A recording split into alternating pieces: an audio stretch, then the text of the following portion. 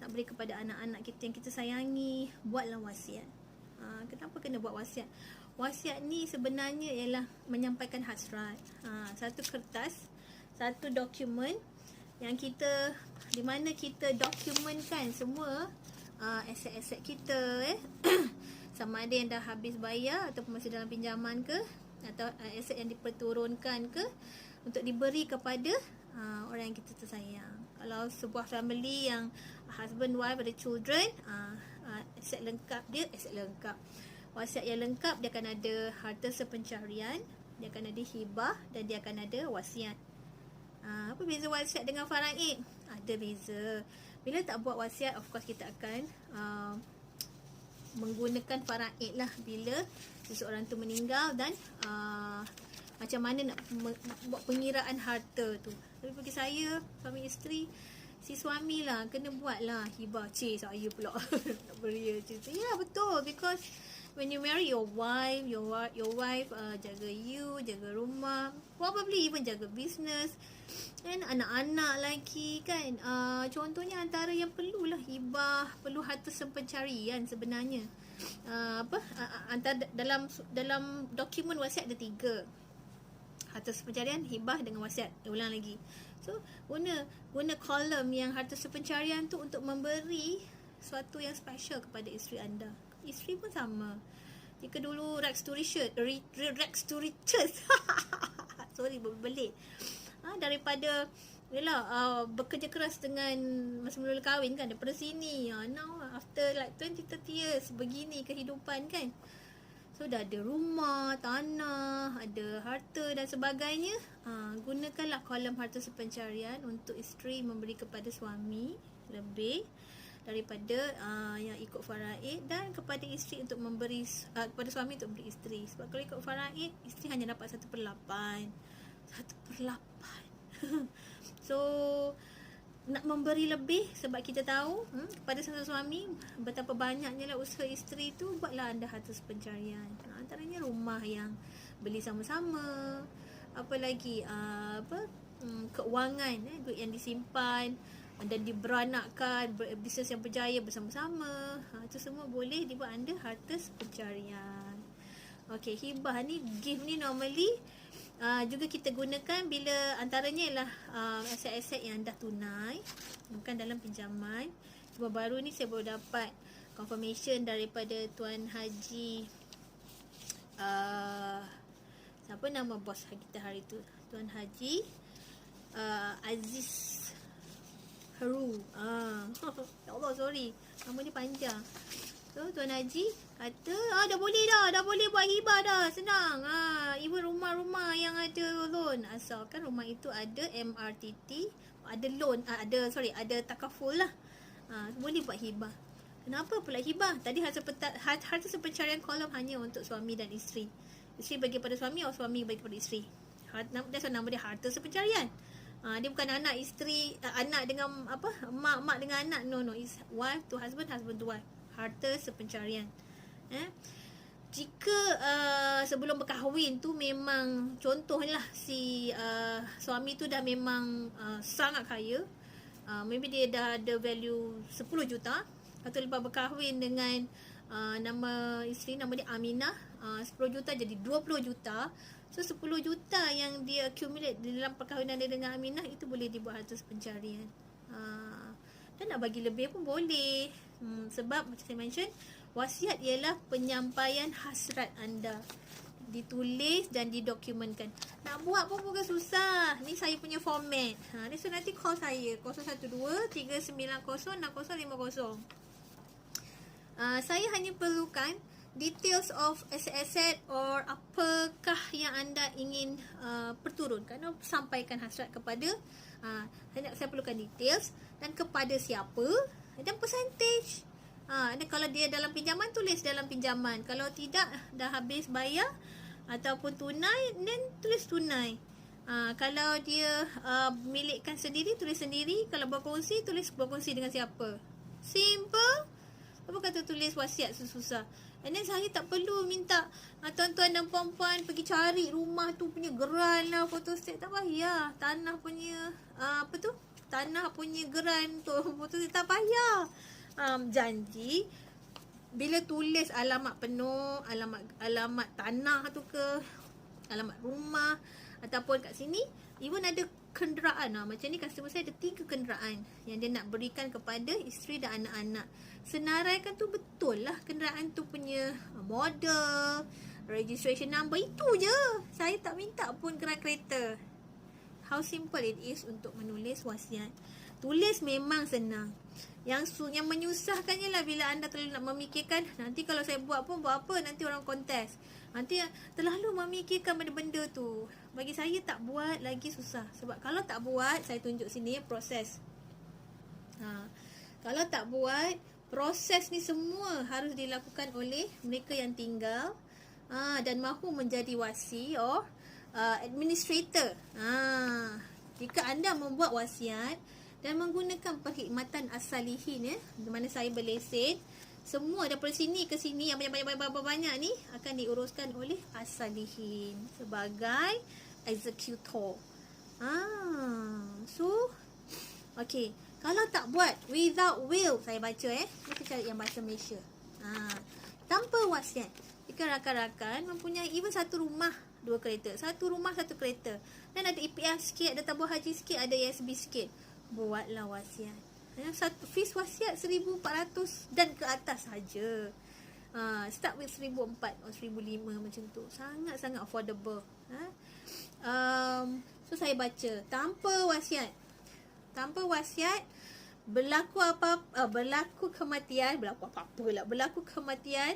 tu ayat juran tadi tu. Berlaku kematian tanpa wasiat, mula-mula aset tu beku. Saya baru baca tadi kalau ikutkan Disember 2020, aset beku sebanyak, harta beku di Malaysia 60 bilion. 60 bilion harta orang mati dibeku. Kenapa harta orang mati dibeku? Kenapa tajuk tu? Maknanya harta yang tidak dituntut tak dapat lagi diselesaikan tuntutannya. Jadi antara nak senang, permudahkan yang tinggal itu mendapat aset-aset yang telah kita listkan dan nak bagi kepada siapa yang kita nak beri. Yes, ikut faraid boleh. Dan yang hibah dengan harta sepencarian tu untuk memberi lebih kepada mereka yang kita rasa nak bagi lebih. Okay, especially kepada rakan-rakan jika mempunyai anak angkat. Anak angkat tidak ada di dalam faraid. Saya ada beberapa customers tidak ada anak lelaki, anak dia semua perempuan. Saya ada actually ramai customer saya anak dia banyak anak perempuan. Tak ada anak lelaki, tak ada stopper. Orang lain boleh contest. So again, I don't want to use the word contest, maknanya dia tidak ada stopper. So buatlah wasiat. Dan dalam wasiat, bila nak beri anak perempuan kita lebih, guna hibah, kolom hibah. Hibah ialah give. Again, ada atas yang membolehkan hibah tu menerima direct 100%. Okay, ulang dari semula. So, bila kematian tanpa wasiat, mula-mula aset beku. Dan ingat tahun 2020, 60 bilion harta orang mati beku. Dibeku. Oh my god, mana tak dituntut.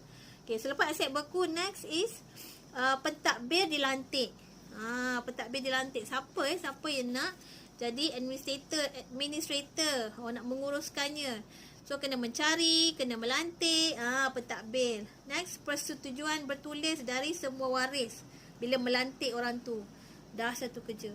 Kalau adik-beradik 2 orang tak apa, 3 orang okey lagi. Kalau adik-beradik 6 orang, 4 orang, 5 orang, 10 orang, atau 12 orang, ada customer anak dia 12.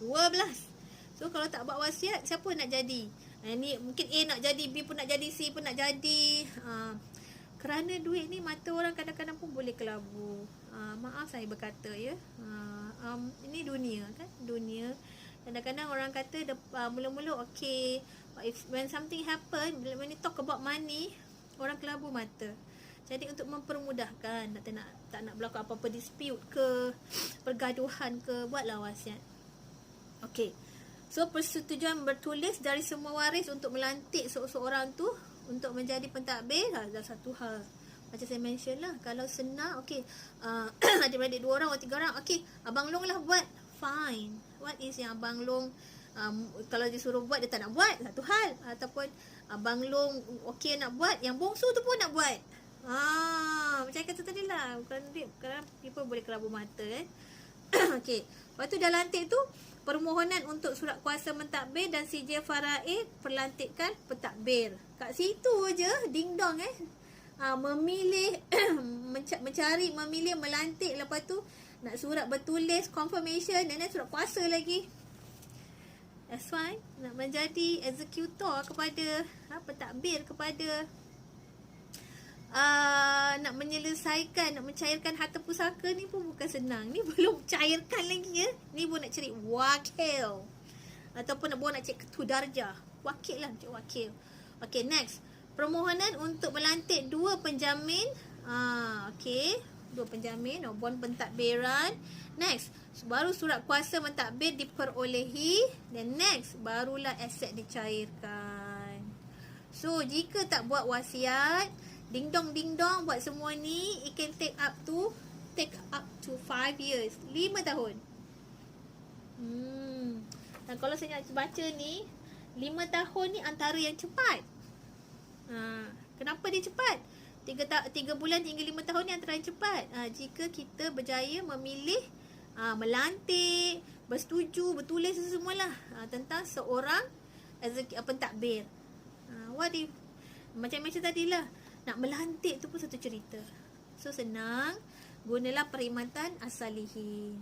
Saya bantu anda. Saya berlesen bersama As-Salihin. Boleh call saya 01239060. Saya tolong anda untuk listkan ini. Ni actually my own format. Sebab ada borang-borang dia.